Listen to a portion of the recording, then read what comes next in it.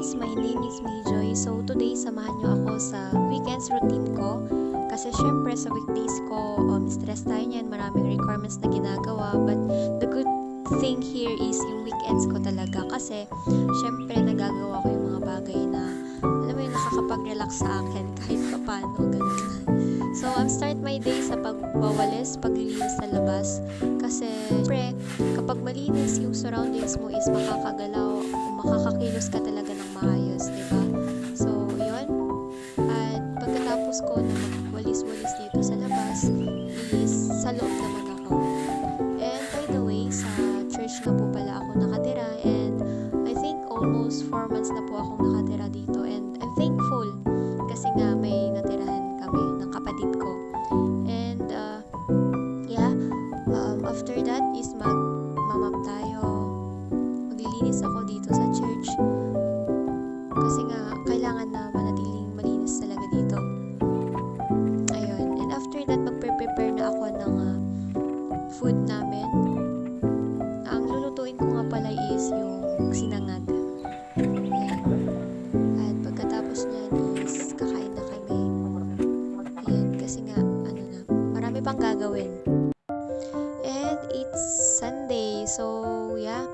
Ako nga pala yung naka-assign sa media, and after ng Sunday service is kakain kami. After that is kami na rin yung maglilinis at maghuhugas, ganyan.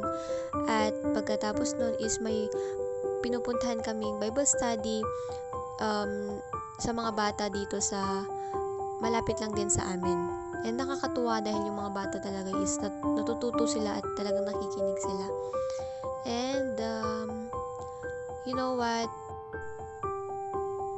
Being an agriculture student is not easy. You know why? Kasi syempre wala naman talagang kursong madali. Lahat mahirap. Lahat dadaan at dadaan sa hirap. Kasi walang tagumpay kung hindi ka dumaan sa hirap, 'di ba? So, yes, being an agriculture student is talagang nakakapagod physically and mentally kasi nga syempre may field, may laboratory at talagang gagana pa talaga yung utak mo, ganyan. But if you do your best naman, ginagawa mo yung best mo, nag-e-effort ka, ganyan, is worth it ang lahat ng iyak, pagod mo kapag nandun ka na talaga sa tuktok ng gusto mong maabot, 'di ba? So, just do your best and God will do the rest naman, 'di ba? So, ayan.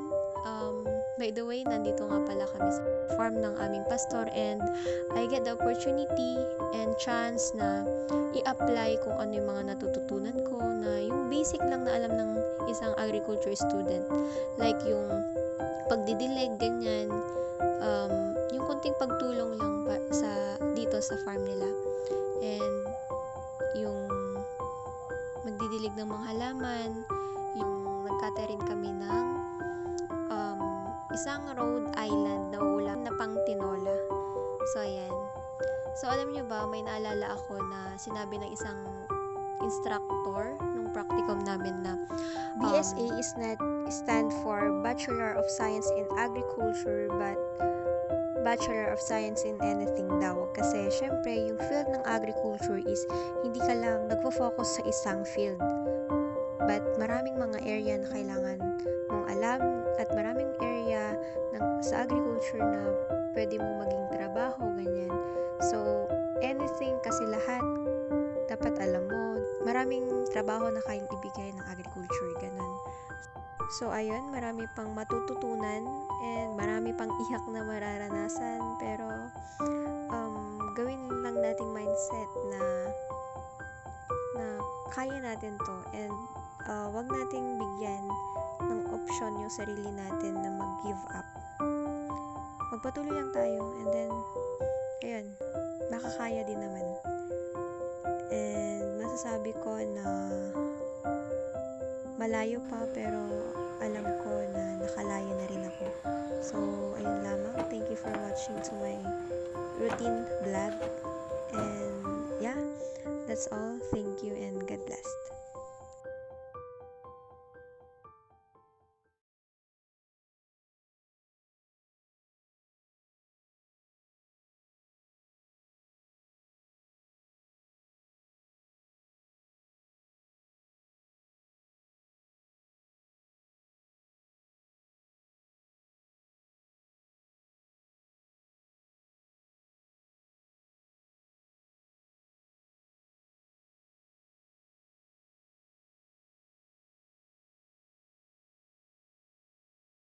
malayo pa, pero alam kong nakalayo na rin ako.